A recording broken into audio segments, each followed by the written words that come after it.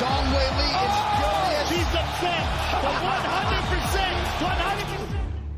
Oh, good to be with you, boys and girls. Welcome to a brand new edition of Axe Cake Picks, episode 93. I am your host, D-Rock, and joining me from the beautiful state of South Carolina. Hey, and you are in the state where they just won the Women's National Championship. Shout out Don Staley and the team, the beautiful state of South Carolina. Joey D. Joe, how you doing, kid? Feeling good, living better. Yep, I'm representing right now. I got the little cap on. And yeah, congratulations to the women's basketball team. Undefeated season and a national chip. Congratulations. That was a good one. It was a fight to the end, but they got it done. 38-0. What a class act Don Staley was up on the podium as well, giving Caitlin Clark. Yeah, Caitlin Clark. I almost said Caitlin Rose for some reason. I don't know why, but Caitlin Clark, yeah, phenomenal. She lifted women's basketball. But yeah, it just fell short just again. But yeah, credit South Carolina. You go into the parade, kid. It's gonna be live down there in You'll see me there. Columbia. Boots on the ground. Let's fucking go. We got a big episode for you guys today. We'll recap big win for all in Brandon Allen against Chris Curtis. UFC Vegas 90. We'll take a look at that. WrestleMania Night 1. So happy for Sami Zayn. We'll talk about that. And we got PFL, second week of the regular season in Las Vegas, goes down this Friday. We'll take a special look over there, and we'll have preview and plays for the whole card. And we'll end the show as always with some MMA news. But Joe, let's start with that UFC Apex card, UFC Apex 90. Brandon Allen gets the split decision over Chris Curtis. A lot closer than a lot of people anticipated. It was a slow start, and you know what? I didn't think Brandon Allen was going to stand there and bang with Chris Curtis. Chris Curtis, coming in here on short notice, he looked impressive, I thought. Credit Brandon Allen for the win, but Chris Curtis, I don't think his stock or depreciates or it lowers. I think it actually rises through this performance. I think a lot of people have an argument with that, though, because they think that Chris Curtis won that fight entirely. But it's just he has his number. Chris Curtis has a good style, good takedown defense to match everything that Brendan Allen's going to throw at him to, we talked about it, so that Brendan Allen can try to play his game. But Chris Curtis was not playing that. He was in there. He spars as much as he possibly can, like Sean Strickland. So he's used to those exchanges. And the fact that he didn't have to go into the ground and just like stay there and weather the storm, you had Brendan Allen trying to weather the storm, and he did. I think the first round is what allowed Brendan Allen to win that fight. And, the card itself dragged a little bit. And I got to say, though, it was a fun fight. A lot of people were arguing fight of the year, but I don't know about that. And on top of that, you got to think that because it dragged out so much, it went against WrestleMania. And, it was kind of controversial, to be honest, regardless of the fight being good for the main event. I think that was the worst card of the year. Really? Well, we'll get into that in a sec. I want to know your scorecard because I did think it was closer than a lot of people thought. I don't know where I saw on one of the scorecards 48-47 Chris Curtis. I thought he won rounds 2 and 3, but I thought round 1, 5, and 4 I gave to Brandon Allen. I scored at 48-47 to Brandon Allen. What did you score the fight? Yeah, so I'm looking back right now, and what we had here for myself is, I think only Chris Curtis won the second round. And he slightly lost the third round. And then in the fifth round, that was the closest round that we're seeing. What I'm seeing here on the Verdict Global scorecard is with everyone that taps into it. And most part, you hope that they have reasonable viewpoint on it. The closest round was the third, and it was the fifth. Yeah. And, slight edge to Curtis in the third round and slight edge to Brendan Allen in the fifth round. The way you saw it is the way that you would have had it on the judge scorecards. And, unfortunately, these judges, they want to I don't know if they're like, it's hard to say that they're bought off, but that's what I get the feel of that. I feel like they're very biased in their decision-making. They don't judge the fight as a whole.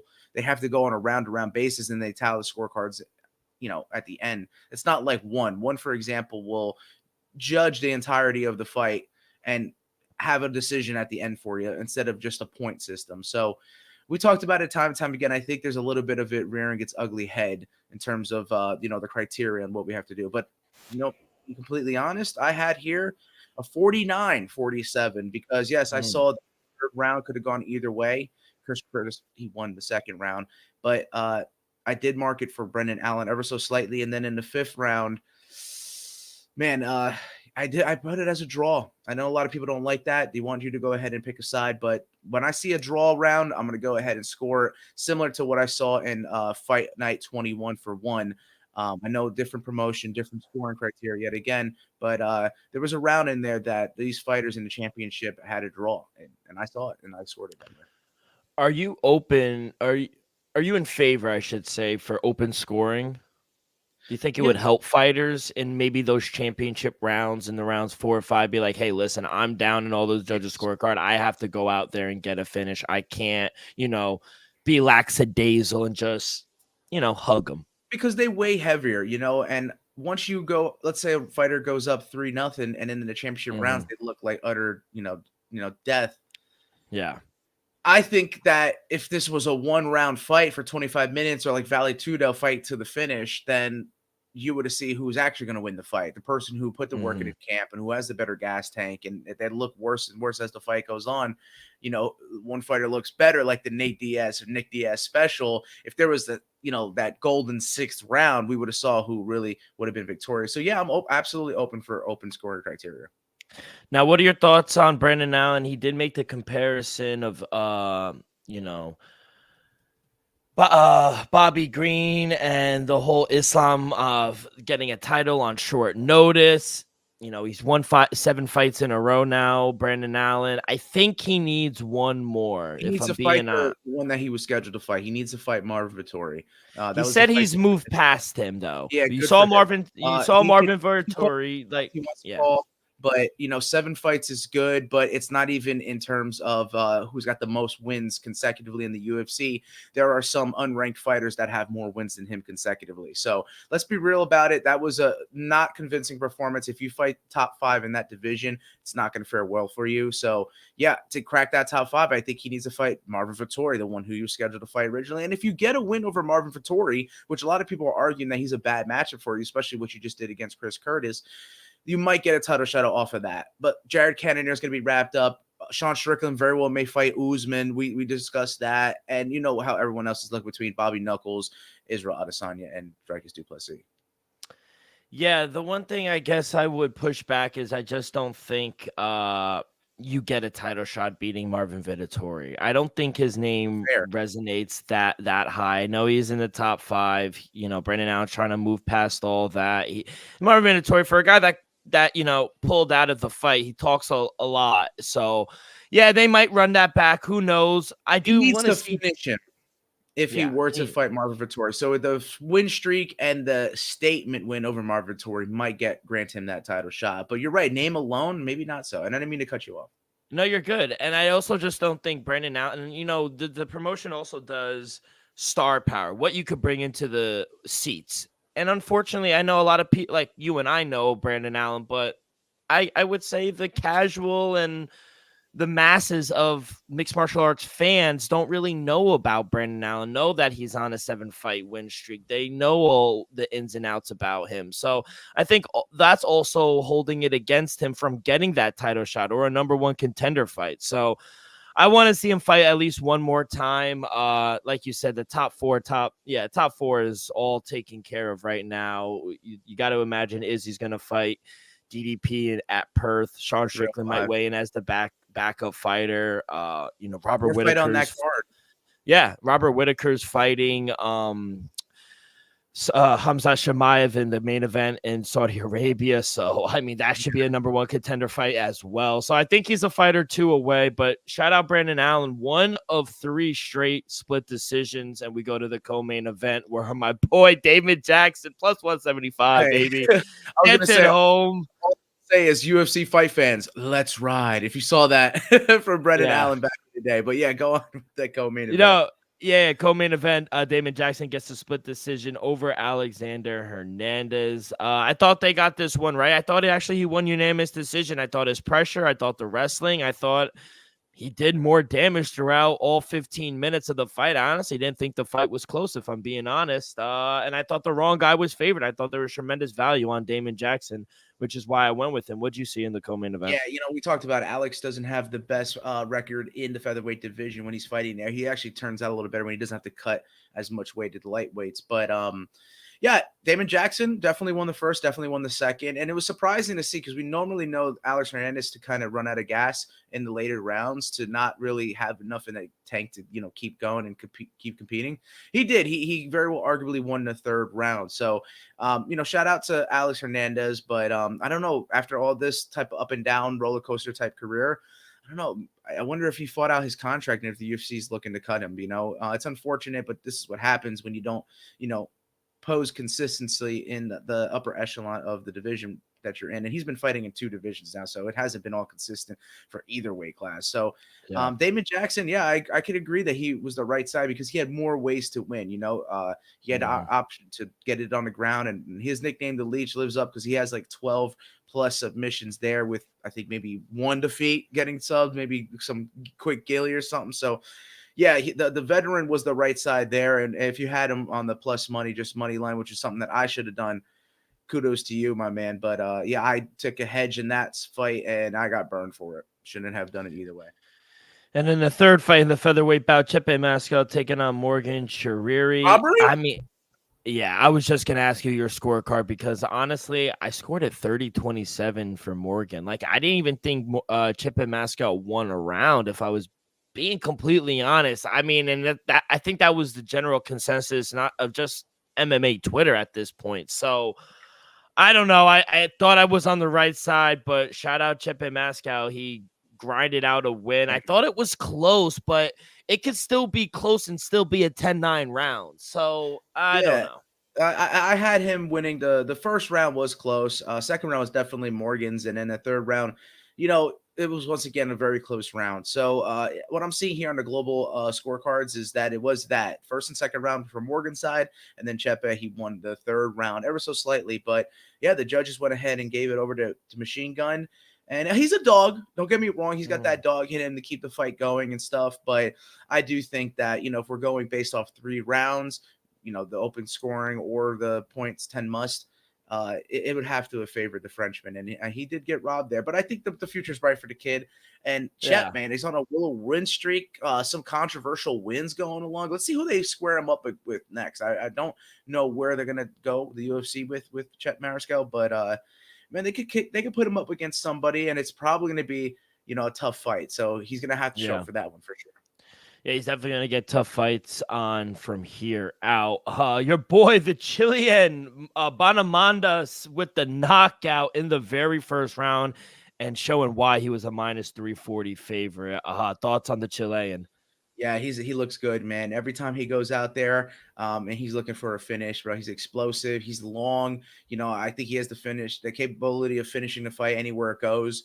I believe in Ignacio Bahamondes. He's a threat in that weight class. So, Christos Giagos is kind of he's a tough fighter. I think he's a warrior. He lives up to his nickname, the Spartan. You put him in there with anyone and there's a chance that he can get it done. But oh man, he does tend to get finished early in the first round a lot. So I don't know if it's more of that in this one, but I like everything I've seen from Bahamondes, and he does come out and prove it every time he has the chance to. So I like Ignacio Bahamondes, La Jaula.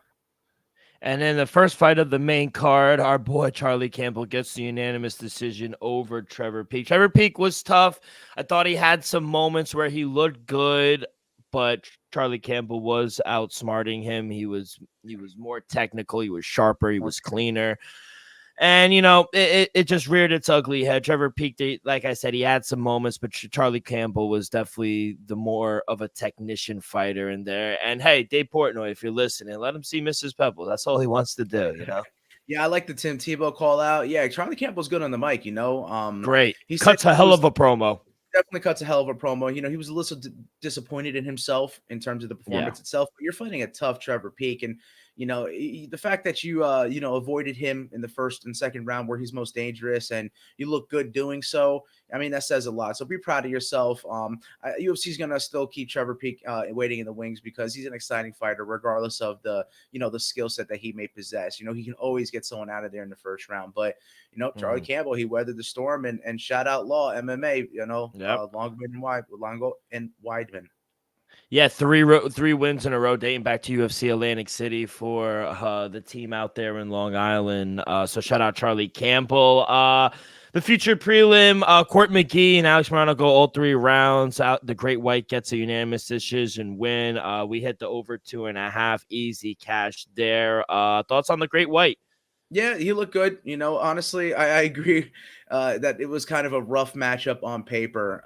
We like Alex Morono. We like the OG Court McGee. But, I don't think what we were expecting in this fight, was this going to be finished? Court McGee, he's on the wrong side of a lot of losses. Obviously, if it's a loss, it's the wrong side. But, I mean, in the way it looks for him, getting knocked out with, the Matt Brown head check, it was just, rough. So Alex Morono, he always looks good when he gets these type of matchups, and he's just a guy in the street that you wouldn't think that could beat your ass, and he absolutely can do that. So shout out the Great White, honestly, day in day out, he putting in the work. Other than that, dump truck Norma Dumont gets the unanimous decision, and like you said, yeah. I mean, overall, though, like you said, a lot of unanimous decision, a lot of split decision, and no bonuses, no fight of the night, no performance of the night. Just a very lackluster card, if I do say so myself. Didn't live up to it. You and I, we both, had high hopes for this card. We're like, there's some very underrated fights, but I think it all went to shit when there was 4 people missed weight, and then their fight got canceled. The apex. I think it's the apex. It's it's not much of a motivation, let alone you have someone else that's trying to take your head off. That should be enough. But I think, the wind in the fighter's sails gets taken out when they realize that, there's going to be no atmosphere there. Are you done? We have to be. I'm done with the apex. The fighters want to fight in front of a crowd. And what otherwise they do it? They do it to support their families, of course, but they also do it for us. They do it for. We ever hear most of the time a fighter gets on the mic, they're saying, "Do this for you guys." They do it for the fans, the excitement that you get. I mean, look at your experience at Atlantic City. That type of atmosphere. When Nate the Train got his victory there, I mean, the roof practically blew off the place. So that's what fighters live and die from and by. So. We need to get these fighters out of the apex. We need to call it quits with that. It was good for the pandemic when we needed fights to go on, and we could have got fights going on for when nothing else was occurring. But enough's enough. We're 4 years past that. Let's move on from here. Let's get next year or the year from here on out, continue to schedule events in places, and let's start getting the economy back to these places, because that's also a thing that helps out. It helps these countries, these cities with their economy. Yeah, it doesn't look like it's going away. I agree. I think, in the beginning, I loved it. I wanted to get to UFC Vegas 100, which I do think we will get to. It's just, I think this year they're not going to stop. They've already applied for, what's it called? Permits, I guess, to use the facility for fight nights up until the end of the summer. Basically, they're saving money doing so. Oh, 100%. And that's fine on dandy, but it's not like you're operating in the red anymore. This isn't 1994, guys. You guys are making money regardless. Yeah. So let's go ahead. This is one of the most popular sports. It's the Big Four. It's part of the Big Four now. The UFC is a major sport, and it will show itself. You go across the world, let alone just the United States, and you're going to sell out venues. I'm telling you. Yeah. But regardless of the lackluster card, we do go 3-2. We hit on the over, like I said, with Court McGee and Alex Morono. We lose on Trevor Peek, a little dog shot. Chepe Mascow, that doesn't seem like a loss, but it is technically a loss. Damon Jackson, we hit a nice underdog plus 175.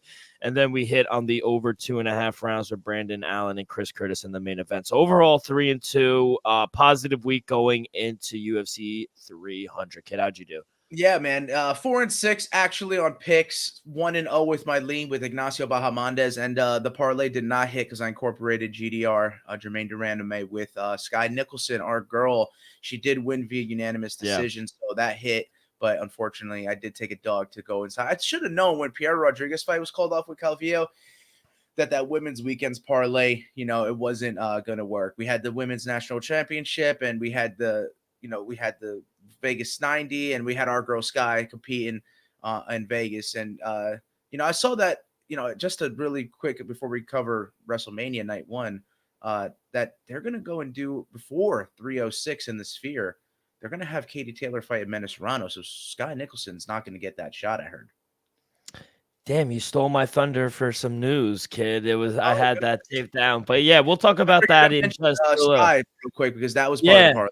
So I apologize. Yeah, shout out. No, you're going good. Shout out Sky. She looked amazing. Didn't watch it live because there was so much going on, but I did catch the recap. She looked fucking fantastic. She looked sharp. She looked faster than her opponent, Sarah. So yeah, all around, shout out Sky. She didn't get the finish that a lot of people wanted her to do, but that's not her fighting style. So yeah, it doesn't look like she's gonna get Amanda Serrano next, unfortunately, kid. But we'll talk about that in just a little. Night 1 of WrestleMania at the Link, kid. It was amazing. What a night it was. And we'll start with my favorite match, and I'll get yours in just a minute. But mommy, she takes care of the man. Rhea Ripley defeats Becky Lynch. I gave this an A+. I thought it was amazing. After encountering the mayhem slam on the middle rope, she just turned from the turnbuckle before hitting another one in the middle of the ring to retain the title. Oh, I was infatuated by everything. I was like, let's go. So yeah, that was one of my favorite fights. Shout out, mommy. Yeah, that was a good one. Yeah, I enjoyed that. And that was a great way to kick off WrestleMania, a frigid night at the Link. All the fans were bundled up, ready for it. But man, shout out to the athletes, all the entertainers coming out. They had to wear, their getups, whatever they had designed for them.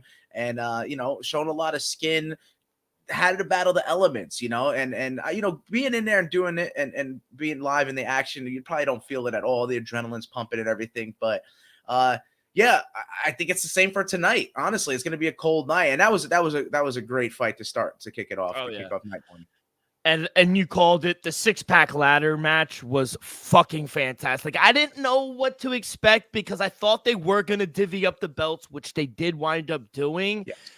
And, obviously, if you guys didn't watch it, A-Town Down Under won. They won the SmackDown team tag team titles, and Awesome Truth. Shout out R-Truth, man. Him and The Miz, they won the Raw team. WrestleMania moment, bro. Yeah, happy for them. I gave that an A-. I thought that was a really fucking great match. What'd you think there? Also, you're giving grades and stuff like that. I'm a teacher. Yeah. To be honest, I don't know. The first match, maybe I'll give it it might not have gotten to an A. You know what I mean? I think B++ for the women there, but it was a great way to kick it off. You know what I mean? It's. I think if you incorporate a little more, environmental work in terms of bringing out the tables or something. For that title, that would have been a little more dramatic, and storytelling would have gotten it to the A's. So, but because we had ladders in that one, I do think now, I think it's an A-. I don't think it necessarily got up to the A+ just yet, but yeah, it was a great match. It was exciting, and I didn't know they were splitting up the belts at all. That kind of blindsided me, but I was all for it. You got a heel one show. SmackDown, I think, is going to get A-Town Down Under with them two having the heel belts, and then you got Awesome Truth with the face belts on Raw side, and they're going to be entertaining come the Raw after WrestleMania. That's for sure. Yeah, a little biased, obviously, because I love Rhea Ripley so much. I think that's why I gave it the A+. But yeah, A- I thought for the 6-pack ladder team. Now the third one, I thought was better than I anticipated because we had a little switch up on who was going to be in it. Andrade and Rey Mysterio versus Santos Escobar and Dominic Mysterio.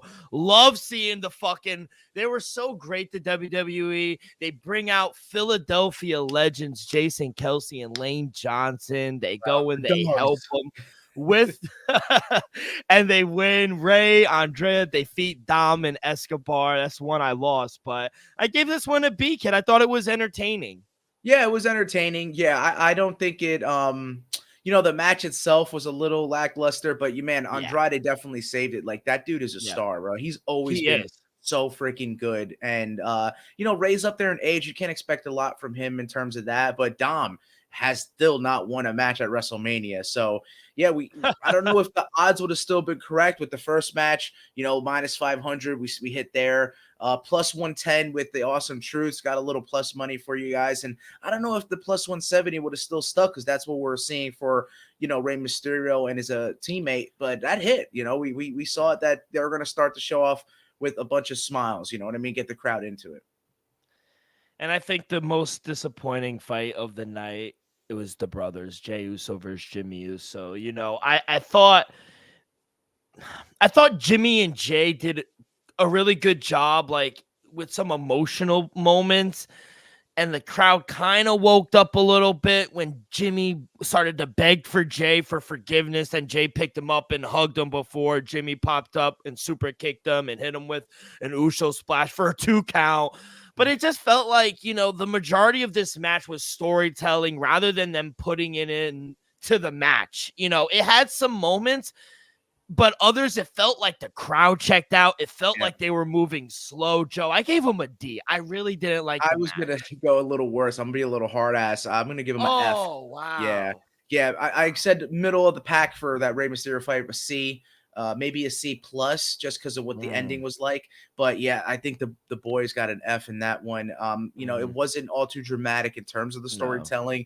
No. You thought like he stabbed them in the back, Jimmy, but it just wasn't all too convincing. You thought Solo Sikoa may get involved because he did not incorporate himself on any aspect of the Bloodline fight. So he's the enforcer, and you thought that if you had Jimmy teaming with the Bloodline, you thought that would come around, and maybe Jay then beating them to combine and still getting the fair pinfall, or as you said, maybe a disqualification. It would have made things, it would have, shake things up a little, and that didn't happen at all. And the match, they work well together in terms of a tag team, maybe not as opponents.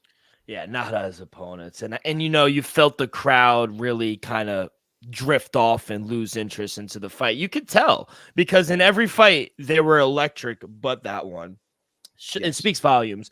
Even the girls, Cargill, Naomi, and Bianca Belair, they defeated Damage Control. I gave this a B minus. I thought the crowd lit up. As soon as Cage Cargill came in, the crowd lit up. She went after everyone. She easily caught Shane. She hit her with a backbreaker. She picked up the win for the team in the match. So, I thought Cargill's WrestleMania debut was a huge success for her. I think she is the future of the women's wrestling. And, I think they teamed her up with Bianca to kind of put her over a little bit. I thought it was fantastic, and she looked fantastic. Yeah, I was going to say the get-ups, the outfits were sick. The entrance was awesome, too, between the three of them. That was a good one. I give it a B. I think it was middle of the pack in terms of the night. The girls did a great job there, and we predicted it perfectly. We said Jade Cargill would have pinned Dakota Kai clean. Yep, and then 2 more fights. Oh, I'm so happy. I gave this one an A just based on last year and just the whole story and how I'm so invested into Sami Zayn, a guy from Canada, Montreal, Quebec, him losing the main event against Roman Reigns in Montreal in front of family and friends, but just to come back and have this WrestleMania moment and beat Gunther of 666 days, man, I was so fucking happy for Sami Zayn, his wife, his family. You could tell emotion just came over him after finally winning the belt and him having it. He nailed him with the haluva kick. followed by like a brain buster. He drilled him for 2 more haluva kicks, and then he pinned him. I said, it's over. But yeah, based on like pure emotion and bias, I love Sammy. I had to give this one an A. Yeah. I don't know if I said, like I said, middle of the pack, the prior one between the girls, but dude, you normally would see like an A+, which is what I gave this match performance based off of more back and forth action. The fact that I gave it an A+ was, like you said, with through all the emotion, the entrance that they gave Sami Zayn, and the fact that he overcame getting his ass whooped because Gunther was destroying him from start of the bell until literally the come from behind victory for him. So the crowd was absolutely rocking. The pop that you heard from "Let's go" like that stole the night in terms of getting the crowd invested into it, to be completely honest. And then once he got that 1-2-3 win, man, that was one of the loudest pops I've ever heard. So based on that alone, getting the crowd involved and the storyline behind it, and doing what he did, that brain buster from the top rope was sick. God, it was sick. Gunther with a sell of a lifetime. So A+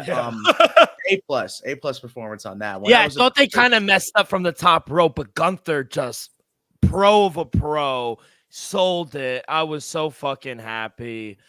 Oh man. And yeah, I'm happy for Gunther. He had a long reign, over a year and a half of champion, and it was time, I thought, but he's a specimen of a man. He is, and we were saying that maybe he could continue the reign and maybe go in to try to challenge for a top card title, but man, he was the mid card title king and one of the best intercontinental, if not the best intercontinental champion of history, and that's saying a lot because there's been some names to hold that belt. So he's done a great 100%. Job. The ring general. Exactly. So shout out Gunther, but man, shout out Sami Zayn. We are so happy for him finally getting his WrestleMania moment. And then the last, but certainly not least, first of all, what are your thoughts on Samantha Irving, the ring announcer? I thought she was fantastic job. Yeah, she always does a great job. I think she's one of the better ring announcers we've been blessed to have. What's the previous? Damn, I have her name on the top of my head. The one that was for a long time. She did a great job too. Jillian, you know what I'm talking about? Yes. She did a great job for the reign time that she had. But Samantha Irvin, you don't see that much success coming from your successor. She is Lillian Garcia. Yeah, Jillian. Thank you, sir. But yeah, Lillian Garcia was great for the time that she did it. And like you said, it's hard to fill those shoes, but Samantha Irvin has done that great. The reason I asked that just because I saw a lot of people give her some hate, and I was like, on WrestleMania, are you kidding me? Like, I thought in the main event, the way she articulated and announced and brought the energy for everyone, not just The Rock and Roman Reigns, Seth freaking Rollins, the American Nightmare, Cody Rhodes. I was like, the only thing I was saying was maybe we wanted to hear the Wiseman, but we're gonna get him tonight.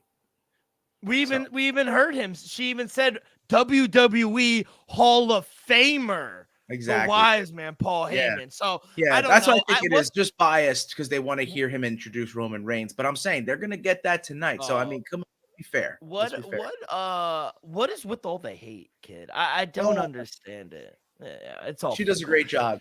Yeah, she does a great job. But yeah, overall for the fight, I thought it was amazing. Cody Rhodes, we had a little taste of what we're gonna see tonight between Cody Rhodes and Roman Reigns.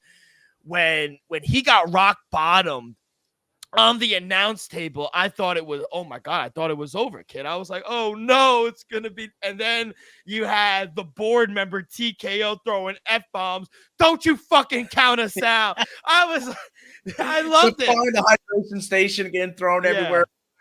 Going into the crowd work was amazing. It was a little slow pace, but what do you expect? The Rock hasn't been in there for decade now, and the fact is he looked great. I gotta say he looked great in there, and it was a great performance, great theatrical performance. It was just simply cinema. It really was. Yeah, I thought from when The Rock started to cheating, for that time, it was just Rock and Rhodes. They were fighting it out, and I just loved it. I even loved, he hasn't been there in a while, but even his last rock bottom going and talking to Cody Rhodes' mom. He said, "This one's for you, Mama Rhodes." And then rock bottom his son. Back, though. Him Oh, getting hit by God. the belt, that echoed, bro. That was a whip and a half, dude. Overall, I thought it was a little slow in the beginning, but it turned out to be a hell of a main event. I gave it a B minus. I gave it a B minus. I thought that's fair. I think The Rock getting speared, and then we got what we wanted to see. We got a rock bottom and a people's elbow to end it. I gave it an A minus. Yeah, I gave it an A minus. So I did make the A's for me, but a lot of people were against it. I think they like see more technical wrestling, and that's fair. But like I said, this was more, The Rock wanting to get back in there. The storytelling around it, which they did a great job, was great storytelling. The moment that, he got rock bottom through the announce table, Cody rock bottom The Rock, and then Seth with his knee. Now that's going to be a part of night 2, getting speared through the barricade. That was just the moment right there with all of them incapacitated. That was great. And that's kind of set it over the top for me. Yeah, I can't wait for night 2. It's about to start any moment now. And, there are rumbles that they're going to start with the Drew McIntyre, Seth Rollins for the belt. I don't know. We got the LA Knight, AJ Styles. We have the women's fight, Bailey taking on Io Sky. Obviously, the main event's going to be the main event. You have the United States Championship, the 3-way, Randy Orton, Kevin Owens, and Logan Paul. And then you have that Bobby Lashley, the 3-on-3 tag team fight as well. So 6 fights. Yes, I fucking can't wait for night 2. We'll recap that on next episode. But out of those 6 fights, what are you most looking towards besides the main event? Oh, besides, I was gonna say it's definitely the main event there. I'll go first. I'll let you think. I'm going to throw you a curveball, and I'm going to go LA Knight, AJ Styles. They had the little clash a couple days before night 1. Yeah. They don't like each other, and I really think they want to propel LA Knight. They want to give him that boost. They already tried to do it a little earlier in the year or last year. Roman Reigns just decimated him. I think they're going to try to give LA Knight another push, and I think he's going to get his WrestleMania moment. I like that. Yeah. And I think a lot of people are going to expect me to say the co-main event if what would have been for the, the World Heavyweight Championship between Seth freaking Rollins and Drew McIntyre. Obviously I want to be different if Damian Priest comes in to cash in, but I'm going to go with the women's championship. There's going to be women's championship between Io Sky and Bailey. A lot of storytelling behind it. And I think both competitors can put on an amazing performance. So I went 5-2. I'm kicking myself for not picking Sami Zayn for night 1. I am. 6-1. I'm kicking myself for not picking Sami Zayn either because I'm such a big fan, but I really thought they were, Gunther's just a dominant champ. It's just, dude. He's a force to be reckoned with. I was saying in the WWE chat, I was like, he's a specimen of a human being. You and I talk about guys who wash up on the ocean of the shore. Gunther is one of them that you do not want to mess with. But it was a great first night. Can't wait to get off here and watch night 2. It's going to be amazing. But before we do that and before we get into our PFL picks, let's tell you a quick word from our sponsor. We are brought to you by Viva Tequila Seltzer, the most refreshing hard seltzer on the market, hands down. It's no wonder why Viva was voted #1 hard seltzer in the world by San Francisco World Spirit Competition. With only 88 calories, 0 carbs, 0 sugar, and a light 4.5 ABV, Viva is the perfect drink for your post-game celebration as it was created with that active lifestyle in mind. We flavor tequila seltzer because flavor is the spice of life, and we like our drinks with just a kick, just like how we like our lives. Whether it's Huckleberry playing around a golf with Cho or an elderberry watching night 2 of WrestleMania, it doesn't matter. Our favorites pair perfectly with that Artisanal Blanco tequila for that subtle and refreshing drink. I believe here at Axe Cake Pigs and at Viva is to live long, live well, and live it up. Joe, are you acknowledging your tribal chief? Is that what you're doing? You said live it up. So yeah, it was funny. A lot of people were getting mad at Daniel Cormier because he was tuned in for it. And he goes, I acknowledge my tribal chief. And I'm not gonna lie, when they announced him, I stood up with my 1 too. And everybody listening should have done the same. But Joe, let's get to it. PFL. Hey, we started the season off really well. I went undefeated. I think you had a really good first week. So let's start. Let's keep it pushing. Let's break the books off with these bookies. And round 2 or week 2, I should say, is between lightweights and the light heavyweight division. Going down this Friday night in the Virgin Hotel, a little smaller of a venue in Las Vegas, but They can fill it up. early prelims start at 6:30. Main card starts at 9. Smart doing it the night before UFC 300. You do not want to go up against UFC 300. But yeah, right now, only money line odds up right now. Totals, props, they're going to come out later in the week. But right now, we just have money line plays for you guys. Joe, why don't you start us off, kid? What do you got? Yeah, PFL 2, or you can say PFL Vegas now that they're getting they're branching out and getting other locations. And like you said, this all is going to take place in the lightweight or light heavyweight division. And it starts off in the lightweight between Elvin Espinoza, an undefeated fighter, big favorite on the card, -350 against Canadian's own Anthony Romero at +250. I got to go with the Honduran fighter, the undefeated guy here. I think his record speaks for itself. Maybe the level of competition isn't as high as what it was, but he's proven it time and time again, and he does tend to get a lot of finishes. So I'm going with Espinoza inside the distance or double chance. Like I said, and D-Rock said, the odds will post later in the week for prop bets. But I got to go with one early because there's no value in the $3 favorite to start us off. And now you're going into some of the Bellator fighters getting involved. We have J.J. Wilson, favorite here, -135, taking on Adam Piccolotti at +110. I'm going to stick with the favorite yet again, a slight favorite, -135, but on the money line, you can still get some value. J.J. Wilson, only one loss on his record, and though it isn't as astute as Piccolotti, I think he's young and he's up and coming and he has a lot of potential, and this is the fight to prove it. So I like what I've seen from J.J. Wilson before. I think his last 2 fights have been pretty spectacular. Get some finishes in there. So I'm going to stay on that side of the favorites and go with J.J. Wilson, the Australian, in that one. Now we move along to the next fight, and a lot of lightweight fights. All these have been lightweight so far. Godsey Rabadomov -210, taking on Solomon Renfo at +160. I think a lot of people are saying that Godsey can go and play his game, wrestle, take out Solomon Renfro. But if this fight stays standing, as all fights do, Solomon Renfro has a shot. Shout out Tiger Showman's. Solomon Renfro is my first dog at +160. I think the explosiveness can rear itself. He can go ahead and knock this dude out. Like I said, he no slouch when it comes to the grappling exchanges. He has wrestled. So Solomon Renfro might know and might be educated when it comes to those positions. And if he could turn the tide, I think he'll be shocking a lot of people. And that's how we get on the books early here with a dog at +160, Solomon Renfro. Now, let's go again into another lightweight fight between Bruno Miranda at +110, taking on Bellator's ex-champ at lightweight, Brent Primus, -135. He beat Michael Chandler back in the day. I'll do it with the drop foot issue that Michael Chandler suffered there, and they rematched, and Michael Chandler got him back. But Brent Primus took a decision there too, so he's a tough fighter, great wrestler, -135. Still think there's value on him just taking him straight up. But I would side with Bruno Miranda's toughness in terms of making it to the judges' scorecard. So if you do want to play a prop, it's not my official play. It's just on the money line, but I would look for Brent Primus via decision in that one. And here's one of my favorite fighters, low-key, Antonio Carlos Jr., $2 favorite, -240, taking on Simon Biong at +185. I don't think Biong has a chance in this one. Do you know what Cara de Zapata stands for? No, I don't. What? Shoeface. That's Antonio Carlos Jr. He fought in the UFC. Man, great record, resume up the wahoo. The dude is great, a spectacular submission artist, and he's got power on the feet too. I think it's right. I think you might have to go and incorporate him on a parlay at -240 to get value on it, unless you're willing to double up on the units if that's your game to get value out of him. But I'll play him straight up because, like I said, he can knock you out. He can tap you any way he wants, and he does have the ability to make it to the judges' scorecard. So give me Antonio Carlos Jr., Shoeface in that one.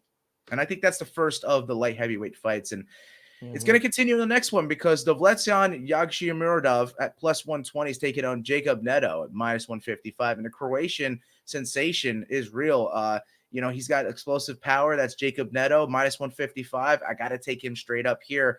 Dovletyan, he's going to be a grappler. He's going to want to get in there. He's going to want to take you down and play his game. I think he's got some judo in his background, some sambo, stuff like that. But man, Jacob Neto, I just like what I've seen in his hands, and I faded him once before, so I'm not getting burned by him again here. Give me Neto at -155. Still value on him, just taking him straight up. So, and an interesting one. I think that was the featured bout of the PFL. Now we're going to go into the main card where we got Sadabusi making his light heavyweight debut at minus 160, a favorite on the books against Josh Silveira at plus 125. You know, Silveira, he fought Impa Kasaganai for the championship last year, and he was the loser. He came up a little short in there, but I like the fact that I like the fact that he's the dog in this spot, and I like the fact that he's going to be the bigger guy. Sadabusi may be in for a rude awakening getting that much blown up into the weight class because he fought at 170. And since there's no middleweight division for the PFL, he's got to go and jump to 205. That's a big jump. That is, let's see, that's 35 pounds. And I don't know how much like muscle you could put on in that short of time to make 205 your home. I think Sadabusi very well is going to weigh in come Thursday, maybe around the 190s. You know, if he even gets to that. So Silveira is going to have to cut to 205. He's going to be the way bigger guy. And I'm going to go with the dog in that spot based off size, based off experience, based off he's also been there and done that. I got to go with Josh Silveira, gym owner, plus 125 as a dog to start off the main card. Ooh, I was going to ask you, you know, Sadabusi from 170 to 185, now fighting at 205. I was going to ask you, answered it. Is it going to be too much for him? I agree. I think, you know, there's value here in the dog. I think the fight's going to go all 3 rounds. If I'm being honest, I think they're both dogs. I would actually take, since we don't have props, I would take the fight to go to the judges scorecard all 3 rounds. That's not up just yet. But as for a side, I got to agree with Joe. I think he could make this into a dog fight, Joshua. And I think there's value here on the dog. So I agree. Give me the dog. Yeah, we're on the same side. What can That's go not wrong? good, though. That's not good. You know, we don't talk about our picks prior. We do talk about how everything's going to break down and stuff and what we expect, but we don't give our picks up until we say them live for you guys. So when we're on the same side, we do fear a lot. Now we move on to back to the lightweights. We move on to Mads Burnell, minus 310. Big favorite here against Michael Dufort, plus 225.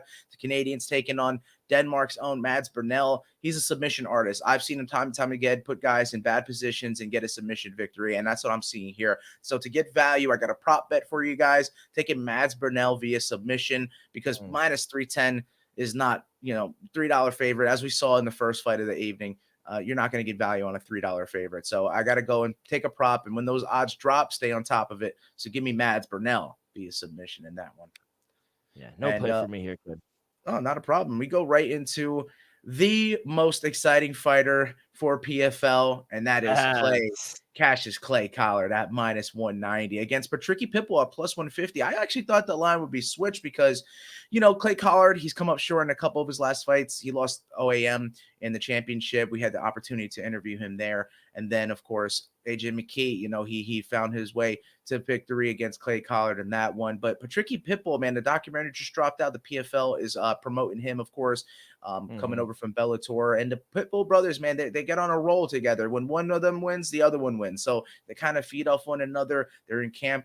You know, they have other fighters that fight under them as well, as we saw in the UFC. So, man, Patricky Pitbull could be live in this one. But you know Clay Collard's a finisher. And I got a total for you guys. As much as I want to go ahead and take our boy Clay Collard, I do like Patricky Pitbull. I'm going to go with the under 2.5 round because I'm expecting fireworks in this one. I think Clay Collard could finish him on feet. So can Patricky Pitbull. So that's my lean. That's my play. Under 2.5. I got to go with a finish in that fight. Yeah, Joe, I agree. I thought the odds would have been flipped. Looking at the odds initially, I thought they would be flipped here. But minus 180 for Clay Collard, as much as I love him, friend of the show, I don't know. I really don't know. Like you said, when the Patricio brothers are on, usually when one wins, the other one does win as well. I think this is a nice spot, actually, for Patricio as well. So I don't want to go against our boy, but I agree. I think there's another dog that's alive here, if I'm being honest. So I gotta go Patricia. And as for the total, I actually think going to decision would be the best play. So maybe the fight to go to decision. Yeah, they're both fucking tough as nails. I know Clay Collard just got out of there in the first round of his last fight, but that's a much different fighter. Patricky So. Pitbull does love the fight to stay standing, and that's where he falls into a lot of trouble. And Clay Keller, he's going to keep the fight standing. Oh, he definitely wants to keep the fight standing, even though we all Man know he silence can for the wrestle. people. But yeah, I definitely think there's value here on the dog kid. All right, that's fair. And now we made it to the co-main event of PFL 2, the second week of the 2024 season. And last-minute replacement here because let's look back. Robert Wilkerson was supposed to fight somebody else. And just want to make sure on that. He was supposed to fight Phil Davis. Yes, unfortunately. And so Robert Wilkerson is the favorite at -190 against a sneaky Tom Breeze at +150. My play is on the dog here. Don't deny the Englishman. Tom Breeze fight week. I'm a big fan. If you look at his record in the UFC, man, I don't think he lost. I really don't think so. Honestly, I don't know why the UFC hadn't kept Tom Breeze there. The fact is he's such a good fighter. He had a good career in KSW even. Amaria Makhmedov got him. That's probably why. I think he maybe had a 2-fight contract and he split half and half. So, hey, look at this. Actually, Brendan Allen also got a win off of him in the UFC. So, maybe that's why he had a 3-fight contract and he dropped 2 of them there. So, but I like Tom Breeze. I think he's got all the talent in the world. He won in PFL Europe last time out. He's on a 3-fight first round win streak. I'm going with the dog in this one. I got Tom Breeze. I think there's some value. I know you saw it in the prior fight, but I think Tom Breeze in the co-main event slot has a lot of value. So I'm going to be taking him straight up at +150. Finally, on different sides, give me Robert Wilkerson, -175 on the money line. But when props come out, I'm hammering him via KO TKO. I saw this man live in PFL in the finals in New York City at the Hulu Center about 3 years ago before the PEDs. And man, this guy is just fantastic. This is a guy that, lost to Israel Adesanya back in the day, came to the PFL and just went on a hunt. This guy has power. He's striking is, if he stays on the outside and keeps his feet standing up, it's going to be a barn burner of a fight. I'll tell you that much. I don't think it will go all 3 rounds, but I do think Robert Wilkerson is the better fighter. I'm going to side here with the favorite -175. And I honestly thought it'd be a lot higher. I thought he'd be a 2-1 favorite at least. So -175, I don't think is a lot of chalk, if I'm being honest, who I think is a better fighter. So yeah, give me Wilkerson, and I'm also going to sprinkle a little on him via KO TKO when props come out.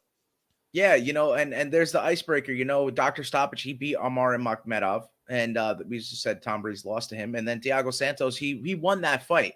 But like you said, due to PDD use, allegedly, it was overturned. It's positive for elevated testosterone. No, so, I know. I'm just kidding. And but the only thing is, you can say that those fighters are at that time now. At the time Amar Makhmedov was in the prime of his career. These guys now are in the later stages of their career. So Tom Breeze is still in his prime, and I think he's live, but that's fair to go ahead and take Rob Wilkerson. So in the co-main event, may the best man win.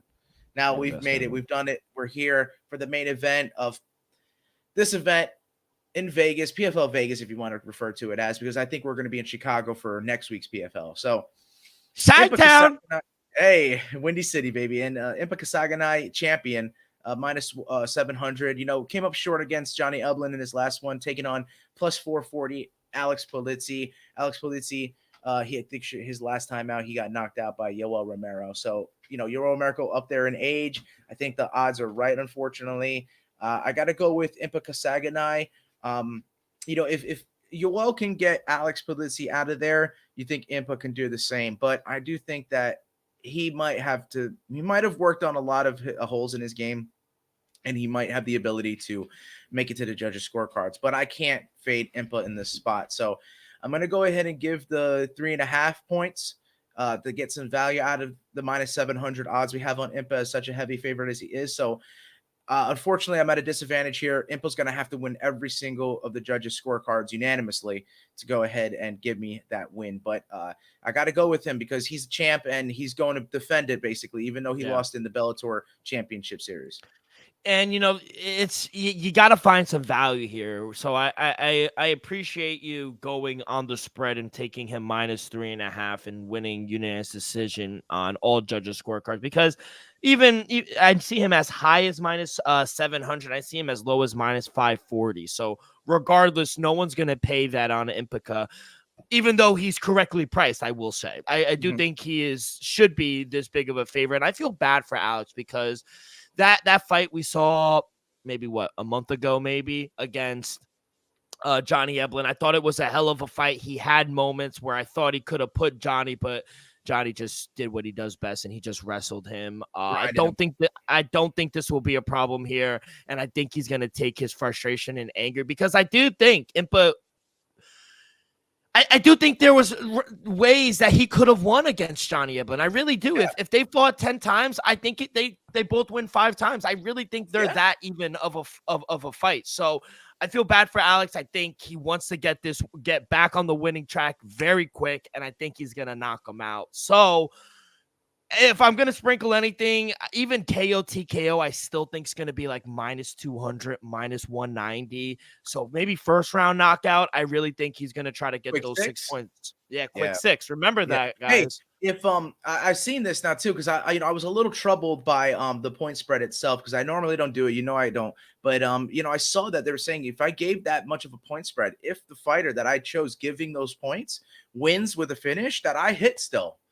They just have to win unanimously on the judges' scorecard. So is that true from your understanding and your history? From my understanding and from when I've used it, it doesn't matter if they knock them out or submit them, but when the fight's over and the judges hand in their scorecard, if that fighter who knocked them out and you have -3.5, -5.5 is up unanimously, you'll still win. But if he came back and won and lost or it was split, you don't win. Yeah, then you might as well have taken the +3.5 or +5.5. Yes. So yeah, good clarification because that's how it was explained to me. Yes. I would love to get a bookmaker on and have him explain this to us. That would be fantastic. We'll definitely work on that for y'all. But yeah, that's PFL Las Vegas. This Friday, April 12th on ESPN. Early prelims start at 6:30. Main card starts at 9. Just 12 fights. We got the lightweights and the light heavyweights. So, Joe, thank you so much. We got some news. Saeed Nurmagomedov will take on Montel Jackson. UFC Saudi Arabia, June 22nd. You like this fight for Saeed? Yo, Montel Jackson's no joke. He's a really good fighter, and that's a step up in competition. We saw Saeed last time out. He get that quick guillotine finish. So, I think he's got to keep proving his point. He's got to keep putting finishes together to keep that undefeated record going and work his way up to a title. So, I like that fight for both fighters, to be honest. If Montel Jackson wins, he's going to be a big dog on that for sure, just based off name. Man, you can make a lot of money if he gets a win against him, that's for sure. Oh, my God. We just talked about the spread. +3.5 for Montel Jackson. I would put money on Montel Jackson. I think he's a dog. Absolutely. But it's going to be a tough fight, and you're in hostile territory too in Saudi Arabia. So we'll see. Our boy Ali, he in a recent interview, he did say Corey Sandhagen versus Umar Nurmagomedov is a done deal, but we do not have a date yet. But that is the fight for both fighters. Corey Sandhagen versus Umar. We've talked about this endlessly. Someone was finally going to have to say yes and step up to the plate. And what do you know? It's number 3 ranked bantamweight Corey Sandhagen. What do you think? Yeah, and savage, man. Here's my take. Umar, I think, is going to definitely find a way to take him down. I think the wrestling pedigree is extremely high. But, man, Corey Sandhagen, some nasty knees, nasty elbows. And we've seen Tony Ferguson do some nasty cuts from the bottom position. So, I'm weary that Corey may win via doctor stoppage from elbows from the bottom. That's what I'm saying. I know how crazy that sounds to go ahead and put a prediction out there like that, but Corey gets on his back and he just starts throwing some downward elbows, some slicing elbows, and he cuts Umar in the eyebrow just so perfect. They go into the second round and he's just massively cut. He can't continue. Corey wins via doctor stoppage in the second round or third round. I think that's very plausible. And once again, he's going to be a big dog in the book. So, hey, watch out.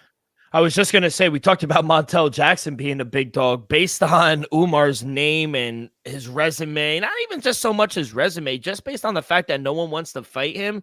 Umar's going to open up a big favorite, regardless of what ranking he is. Right now, I'm looking at it. He's 10th in the bantamweight, and Corey Sandhagen is 3. Look what Dustin Poirier just did. He gave BSD a shot. number 3 for Dustin Poirier, and number 11 for BSD. Shout out Corey Sandhagen. I don't think a lot of people are giving shots like that. So he's an OG. And Corey is live. I agree, Yeah. Joe. I love this. I agree. I think he will eventually get him down. But I do think Corey Sandhagen, he's slick, man. And he's not the same fighter we saw 3-4 years ago. Coming off that injury, I do want to see how he fights. But we'll see. I love the fight, though. Yeah. Saying in MMA for International Fight Week, UFC 303, Cub Swanson will take on Andre Touchy-Feely. Love this fight, Oh kid. my goodness, dude. I got to see if these guys fought before. I really do, because I feel like they have. And man, correct me if I'm wrong, man. Let's take a look here. I love that fight. I really don't have a side on either one of them, but Andre Touchy-Feely against Killer Cub Swanson, have they ever fought before? Like, something's in my head telling me that they did, but if they didn't, I mean, look at that, man. These careers, bro, long list. It's like a full-blown resume. People forget Andre Feely's been in the UFC for a long time. Bro, he's pretty much only been in the UFC. And like you said, it's going on 10 years now. He's been in the UFC since his debut in 2013, 2014. So, yeah, look at that. These guys have been in the UFC for that long and have never fought. So this is going to be an amazing fight. One for the ages, if I would. I just don't have a side yet. So I'm going to have to look into this fight and make a decision for y'all. It's 303, and I'm glad it's on International Fight Week. You know, obviously, hopefully it's headlined by Conor and Michael Chandler. So we'll see. But yeah, glad that they're finally fighting. And Cub Swanson coming off a big win, getting Andre Feely. I like this fight, actually. So yeah, can't wait for June 29th. And then Joey broke the lead a little earlier today, but a little boxing news. Rematch between Katie Taylor and Amanda Serrano is expected to take place at the Sphere in Las Vegas in June, meaning that UFC 306 in September will no longer be the first combat sports in the new venue. 1, how do you feel about that? And 2, how do you feel about Amanda Serrano continuing to duck our girl? Well, I can.